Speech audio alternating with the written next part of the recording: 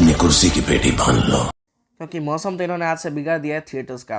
दोस्तों 4 साल बाद एसआर के अपनी कमबैक फिल्म पठान को लेकर आज आ चुके हैं और 4 साल बाद बादशाह अपनी कुर्सी पर बैठे हैं ऑडियंस के दिलों पर हुकूमत करने के लिए और करेंगे भी। क्योंकि दोस्तों पठान फिल्म को जो रिस्पांस मिल रहा है आज सुबह से मॉर्निंग शोज़ में वो बहुत ही लाजवाब है। आज मॉर्निंग शोज़ भी हाउसफुल है और जब मैं फिल्म को देखने गया मतलब लार्जर देन लाइफ दिखाया गया पठान को इस फिल्म, शाहरुख खान को इस फिल्म में जिस तरह से उनके रोल को जस्टिफाई किया गया बहुत ही लाजवाब है।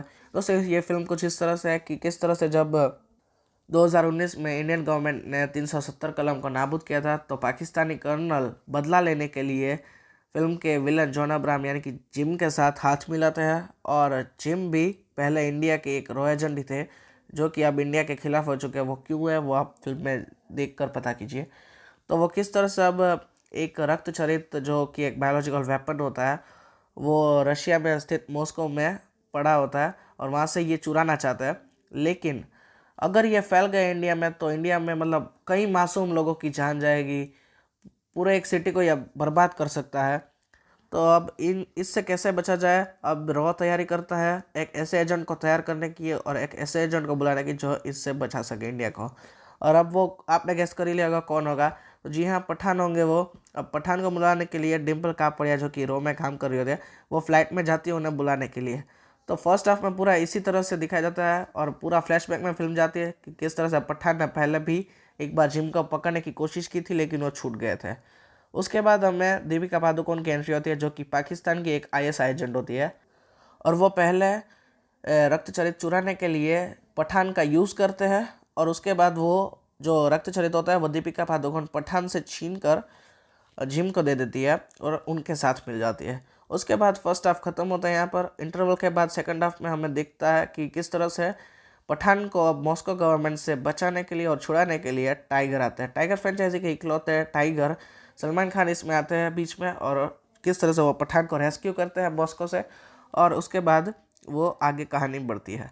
उसके बाद पठान में ये देखने को मिलता है कि वापस से दीपिका पादुकोण यानी कि रूबीना वापस से अब पठान के पास आती है और उन्हें रक्तचरित के बारे में डिटेल में बता दे कि वो कितना खतरनाक है और वो अब इंडिया में तबाही इतनी मासूम लोगों की जान जाएगी वो उनसे देखा नहीं जाएगा। तो वो अब पठान के साथ मिलकर जिम से रक्तचरित छीनने के मिशन में लग जाती है।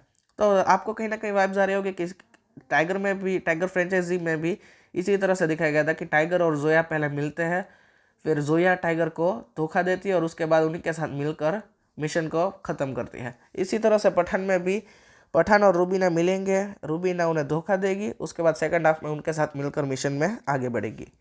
उसके बाद क्लाइमैक्स तक जाते जाते फिल्म में किस तरह से ट्विस्ट और टर्न्स आते हैं वो देखने लायक होते हैं और किस तरह से पठान को इस फिल्म में लार्जर देन लाइफ दिखाया गया। और जब जब पठान और जिम की जब तकरार होती है, फाइट्स होती है, वो बहुत ही मज़ा आता है देखने के लिए दोस्तों। क्योंकि जिस तरह से शूट किए गए कोई कोई सीन मतलब किस तरह से हेलीकॉप्टर को मतलब उड़ाया जा रहा है, प्लेन को उड़ाते हैं, फिर किस तरह से गन्स चलाते हैं, वो बहुत ही मज़ा आता है देखने के लिए। थिएटर्स में ये एक्सपीरियंस हो सकता है।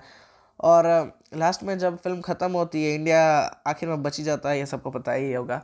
तो किस तरह से फिर जो रॉ के जो हेड होते हैं वो किस तरह से पूरे स्पाई यूनिवर्स जो कि क्रिएट किया गया यश राज फिल्म्स की तरफ से जिसमें पठान, टाइगर और ये वॉर्स फिल्में शामिल हो गई ऋतिक रोशन कबीर की, वो पूरी स्पाई फ्रेंचाइजी की नींव पठान के हाथ में दे देते हैं। और अब जहाँ पर टाइगर 3 से टाइगर फ्रेंचाइजी ख़त्म होगी वहीं से पठान फ्रेंचाइजी शुरू होगी।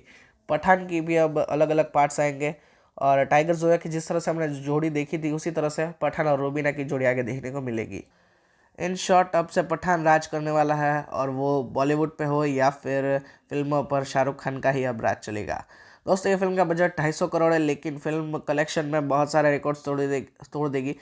ऑलरेडी इस फिल्म ने एडवांस बुकिंग में भी बहुत सारे रिकॉर्ड्स किए हैं और अर्ली एस्टिमेट्स के मुताबिक पठान डे 1 पर 45 से 50 करोड़ की ओपनिंग ले सकती है जो कि बॉलीवुड के लिए बहुत ही बड़ी ओपनिंग मानी जाएगी।